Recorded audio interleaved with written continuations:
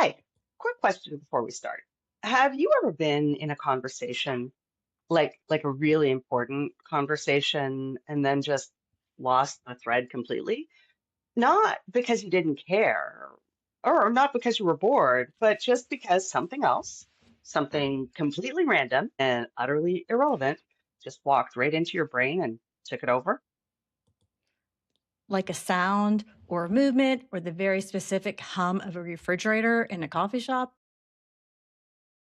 Today, we're putting ADHD distracted listening under the microscope. Why it happens, why it is not rudeness, and what to actually do about it so the people you love feel heard. It's a good one. Someone gets engaged and almost nobody notices.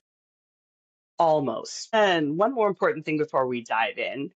We know your brain is doing a lot right now just by listening. So, everything we talk about today, the science, the strategies, all of it, it's going to be in the show notes. So, no need to scramble for a pen. We gotcha. Okay, let's do this. Welcome to the ADHD Cringe Lab, the only place within the interwebs where your most embarrassing moments are considered valuable scientific data. Every week, we take one cringy, chaotic, and completely relatable ADHD moment and we put it under the microscope. We act it out, we break down the neuroscience behind it, and we give you actual tools to handle it better next time.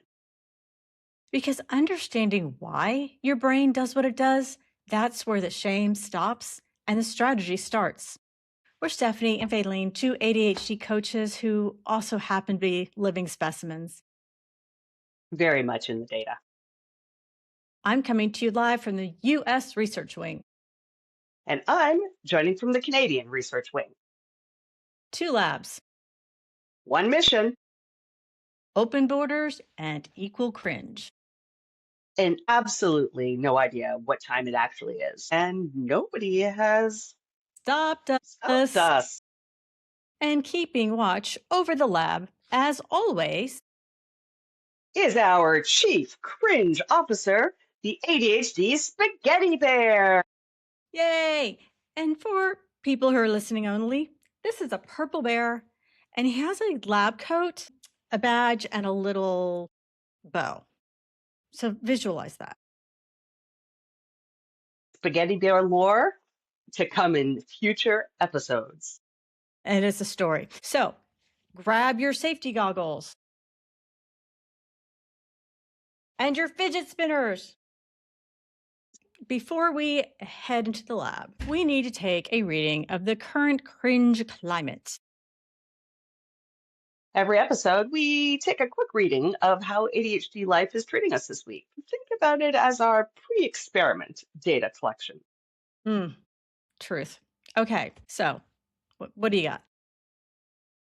So, okay, so I was grocery shopping with my partner, and I typically like grocery shopping alone, but I'm trying to curtail some of my more impulsive spends because that is a goal. So my You partner are or comes he and, is? well, to be determined. So we've just grocery shopped. We're back to the car. We're splitting duties. He's putting the groceries in the trunk, gives me the keys. I put the keys someplace for safekeeping because we only have one key to this car because I lost the other key. So this key, can't lose it because it's very expensive to get them to come and make a new key. So I put it someplace really, really safe. So we get the groceries all into the trunk. My partner says, "Hey, Faylene, pass me the keys and let's go home." Faylene says, "Didn't I give you the keys?" Apparently not. We looked everywhere. I Okay, looked wait. in Did my you open the pockets car with it though? Like, how'd you get the trunk open? with those keys. So I knew I had them. I hadn't left them, in the parking lot or in the store. I had the keys. We opened the car with the keys. We looked everywhere. We took everything out of the car. We looked in all of the grocery bags. We Yeah. repacked them. I was down on my hands and knees, under the seats, and you get like seat nasty in your nails, and it's just Yeah. awful. Like And old French plus, fries. and more. Yeah. Enough said. He's being like Uh-huh. so supportive, and I really do appreciate that there is an understanding of the ADHD brain in my household because many of us have it. But nevertheless, it was Mm-hmm. about 15 minutes, hands and knees, looking under my car, looking under the cars we're parked With other beside. people in the parking lot, like, wow, what's going on over there? What is going on? Thank goodness it wasn't raining and the snow has mostly finished because, hello, Canada. And Yeah. then, like, my chest was a bit itchy. So I'm like, I go to scratch, Vessi on the left. I had put my keys in my bra because I had no pockets Is in that my a clothes. normal carry-all for you? Well, it's always convenient, except for then I forgot. So I did find them. We did get home. I didn't have to call for a tow or anything, but it was pretty cringy. Mm. Yeah. Yeah. Well, we just started this show and there's lots to learn. The learning curve is high. And instead of spending time going over the scripts and doing all the things on our to do list that were important, what I decided to do instead is to make Spaghetti Bear a lab coat. And because his real lab coat, which is actually a karate thing, but don't tell him, hasn't come in yet, I took an old t-shirt and I made him one. And look how bad it is in the back, right? And then I'm like, well, he needs a badge. And so I went through old magazines and I cut something that looks like a badge out. That's my cringe. It is beautiful. I I know I you mean like until it, you so turn you're him pretty around. hard on me. Yes. But you know what? Like I had things to do. I had edits, but I did this. This is what I did. I cringe on Yep. myself. Yep. And again, I think that's the cringe. That is the cringe. Now, But honestly, Spaghetti Bear, I don't want him mad. He's got high standards and he has high he's top standards. priority. Okay, so is he going to take a Absolutely. reading of this? Well, Spaghetti let Bear, me are get. you? Shall I get the spaghetti bear cringeometer to spin? Why not? Because I All right. think you're definitely going to be cringier. I think you may be right. But let's see what the cringeometer says. Is it like under a laundry basket right now? See, funny you should ask that. Here is our cringeometer. Wow. All Okay. right. All right. Let's give it a spin Give it a spin on the by proxy for Spaghetti by Bear. proxy. Mm-hmm. So Mm-hmm. let's see. Let's do my story first. What's the cringe reading on it? Ready? Do I have to make the tick sounds? Tick, tick, tick, You tick, tick, certainly tick, could. tick, tick, tick, tick, tick. Okay, that's annoying for everyone. It's going to be low. It's going to be high. It is stopping on the. I think it's stopping on the one. So I No, guess there's no. more. There's more empathy than cringe. More empathy. All right, let's see yours. Mm-hmm. D D D D D D D D D. The Okay, that's cringe a. wheel is pretty cool. It's very cool, but it's very spinny. Like it's a It is hard very spin. spinny. It's a hard spin. Yeah. All right. It is a. Also a one. Hey, I think that there may be a balance issue with how our cringe wheel is set up. More to come on that. No, that thing looks so professional. I mean, you could go on the road with that, like go to carnivals and stuff. I totally could. And in fact, I may well. Okay. Well, readings are high. I think it's time we got to the lab. Let's go to the lab.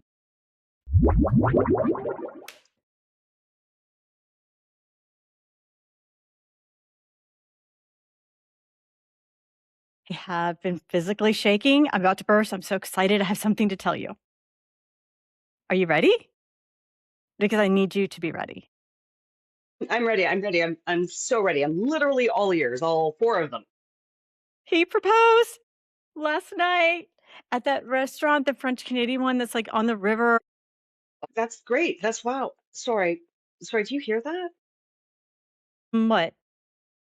That sound? It's like a low frequency hum, like a fridge, but it's kind of dying or like bees.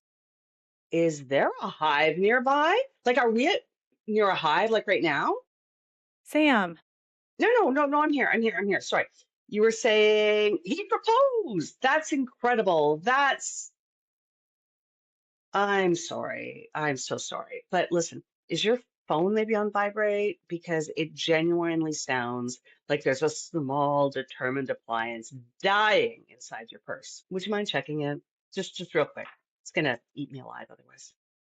Nothing. No alerts, no texts, not even a spam text saying that I'm about to get arrested for not paying my parking tickets.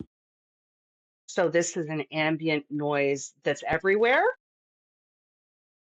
It is the refrigerator case at the coffee shop, Sam. It's always been here. Yeah, that actually makes so much sense. That's actually such a Mm, relief. All right, good. I'm back. I'm here. I am present. You are getting married. yes, I am. I am so happy for you. Like, truly, genuinely, from the bottom of my heart. This is the best news. He's wonderful, and you are wonderful. Together, you're like statistically impossible levels of wonderful. Thank you. Just one quick thing. What? It's not a destination wedding, is it? Because if I have to locate my passport, I need to start looking for it today. Actually, right now I could leave and start looking for it right now. Last time I saw it, was it in the junk drawer? Maybe the car. I donated a coat to Goodwill in 2021. Could have been in the pocket. Any of those things. Any of those things could be equally likely. No, it is not a destination wedding. Thank you. Whew. Okay, good. Great. Wonderful. I love you. He is a lucky man. Now tell me Thank you. everything, and I will stay directly at your face and not the refrigerator case. You can still hear it, can't you? It's so loud, Alex. It's so loud. And we're back. Wow, that was painful. And I say that with full self-awareness and also a little bit of love. A lot of love. And hey, Alex did eventually get to tell Sam everything about the proposal, and Sam fully listened, and then she cried, which was an appropriate reaction. Sam cried a lot. She was very moved, but also briefly more moved by the sound of a commercial refrigerator. And that's what we're here to talk about today, because what happened in that scene has a name. Several names, actually. Let's break it down. What Sam was experiencing in that moment, the inability to hold onto Alex's genuinely exciting news because of a background noise, that's not because of rudeness, and it's not because she didn't care. It's something the ADHD brain does almost involuntarily. And the science behind it is actually really interesting. So, most people's brains have what researchers call a salience filter. So, basically, a gatekeeper that decides what deserves your attention right now. For the neurotypical brain, the filter goes, hey, your best friend is telling you life changing news. Fridge hum, background, irrelevant, suppressed, done. But in the ADHD brain, that filter is working with much weaker brakes. There's lower activity in the prefrontal cortex, which is the part of the brain responsible for regulating attention, deciding what to prioritize, and the default mode network, or simply called the DMN, which is the part of your brain that wanders and daydreams, notices random things. It can stay more active than it should when you're trying to focus. So when that hum started, Sam's brain genuinely could not decide that Alex's news was more important. It treated them as equal inputs competing for attention. A bee invasion and an engagement announcement. Same threat level, apparently. Apparently. And here's the part I think a lot of people don't realize this isn't a choice. It's not even conscious. Sam wasn't thinking, I'd rather focus on the buzzing noise. Her brain just grabbed onto that sensory input before she could stop it. And sensory sensitivity is actually really common with folks who have ADHD. Many people with ADHD have what's sometimes called sensory processing differences. So, where certain sounds or textures or lights register way more intensely than they do for other people. So, it's not just that we get distracted. Sometimes things are genuinely louder or more uncomfortable for us than they are for everyone else in the room. The hypers. We have an entire episode coming up devoted to this diabolical team.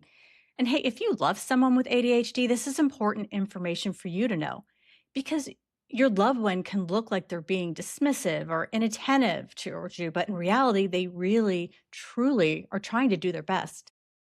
Truth. Sam was so there for Alex. Well, like 50% of so there.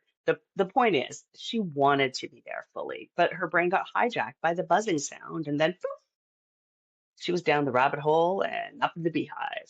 Well, at least you didn't add anything about a squirrel in those nature examples. Well, so if you're sitting there feeling like you're a walking disaster headed straight for the beehive, see what I did there? Or if you're Yeah. buzzing around like a bee stuck in a honey pot, Wow. Okay. And if you easily get distracted by bee metaphors, Faylene is you, but we both see you. We are you. And before we tell you what to do about it, we want to say something important first. because the science is one thing, but the shame that can come with these situations, it needs its own moment. Well, welcome to the validation station. Before we get to the prescription, let's just pause for a sec. Because here's the thing, if you saw yourself in that skit, you're not a ditz, you're not inconsiderate, and you are not selfish. Sam really did want to be there for Alex as she shared an incredibly important life moment. But her brain was short circuiting with the buzz, literally causing interference between her ears and her brain. And the guilt that you feel after when your inner critic is telling you that you're a terrible, selfish friend, that feeling is real too. And it's exhausting. And we see that. You may have been called flighty, ditzy, self absorbed, or distracted, that your priorities are out of whack. And some of those may have been said with the best intentions, but it's not the whole picture. Tuning out background stimuli is hard and mentally draining. You are running a marathon that other people aren't even aware of.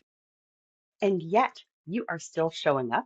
You are still trying, still caring, even when your brain is staging a coup over a refrigerator hump. Hmm. Yep. And that's the cringe we're here for. Okay, we are still in our lab coats, all sciency. We witnessed the cringe. We've explained the science. Now let's talk about what to actually do about it. 4 protocols tested in the field, as always, mostly on myself. Right. So, a protocol one, name it out loud early. If you notice your tension getting hijacked, and sometimes you can feel it starting to happen, like the one bee that swarms by before the swarm that follows. Nicely done. Thank you. Before that, say something simple and honest before you truly spiral. Even just, hey, 1 sec, something's pulling at my brain. Hold, please. That quick verbal acknowledgement actually helps your prefrontal cortex re engage. And it also lets the other person know you're not checked out, you're just briefly in a traffic jam. And from the friend side of things, that is infinitely better than watching someone stare at the ceiling and say, while you say the words, I'm getting married. And if you're not in a position to say that out loud to the other person, say it to yourself and imagine a line pulling you back in. Okay, protocol two, body anchoring. This sounds a little woo woo, but research backs it up. When you feel your attention slipping, plant your feet on the floor. Put your hands on the desk. Make deliberate physical contact with your environment. This activates, okay, here's a fancy science world alert, the proprioceptive system. This is your brain's sense of where your body is in space, and it can help pull your focus back to the present moment. It's like a reboot button that doesn't require Wi Fi. And the cool thing is, you don't even have to know how to pronounce that word to use it. Uh huh. Protocol three, minimize sensory competition before important conversations. So if you know you're about to have an important conversation, receive big news, or have a serious talk, set yourself up for success through your environment. Sit away from speakers, face away from windows. Squirrel, sorry, they're live close to a forest. Maybe suggest a quieter spot. It's not about being precious. Well, we're always precious. but it's about giving your brain a fighting chance to actually be present for the moments that matter. And this goes to the people who love someone with ADHD too. If you have big news to share, it's kind and it's proactive to ask, hey, can we step outside for a minute? I have something exciting to tell you.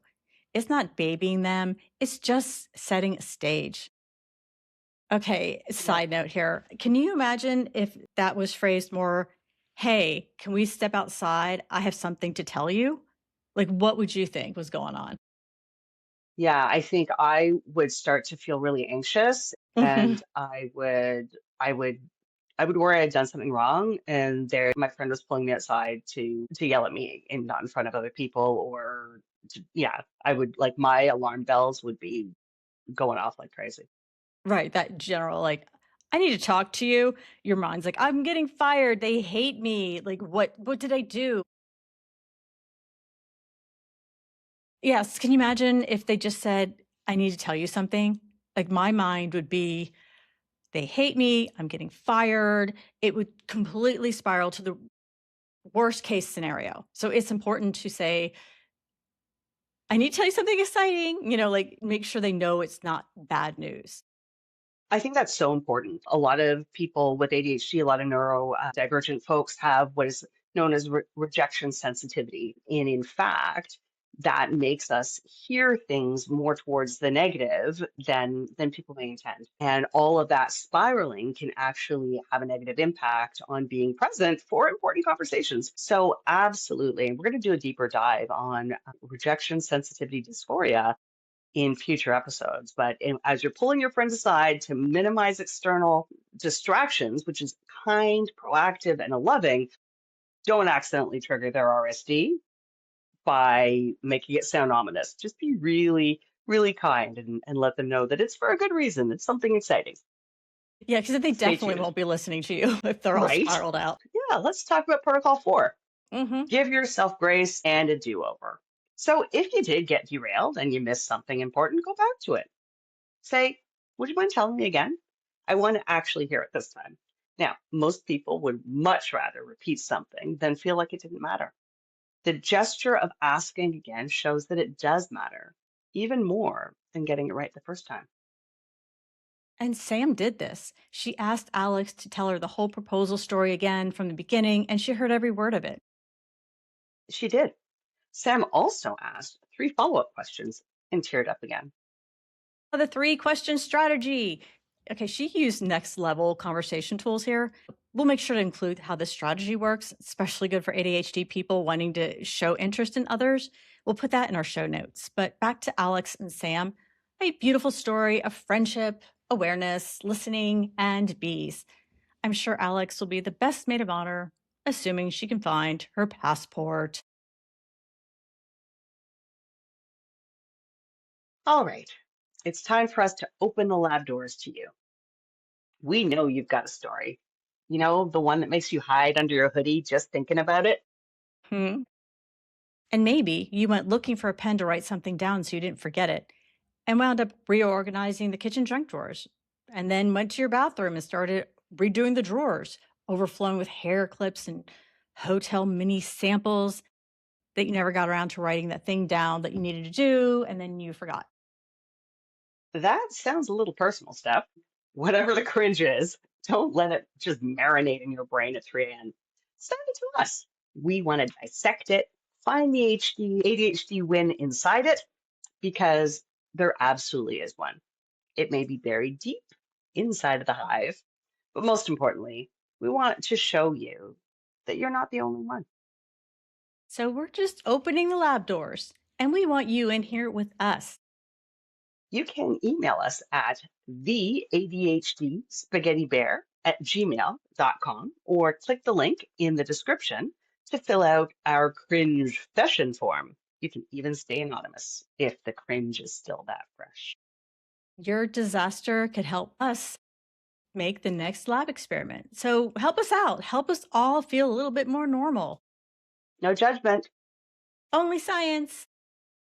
Okay. Experiment concluded.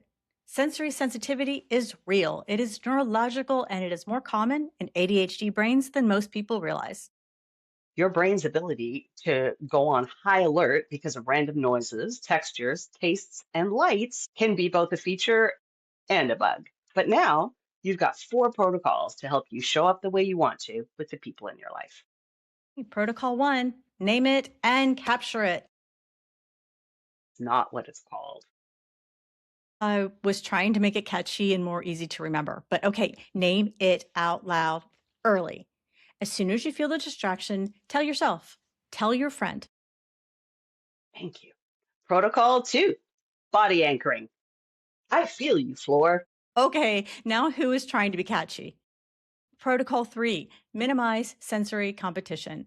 Set the stage before the conversation. Try to minimize potential distraction hazards. And finally, Protocol 4, give yourself grace and a do over. Ask for grace and receive it. What? I know you want to get one more B reference in, so go ahead. And thank you for being part of our ADHD hive Okay, until next time, keep experimenting and try not to die of of embarrassment. embarrassment.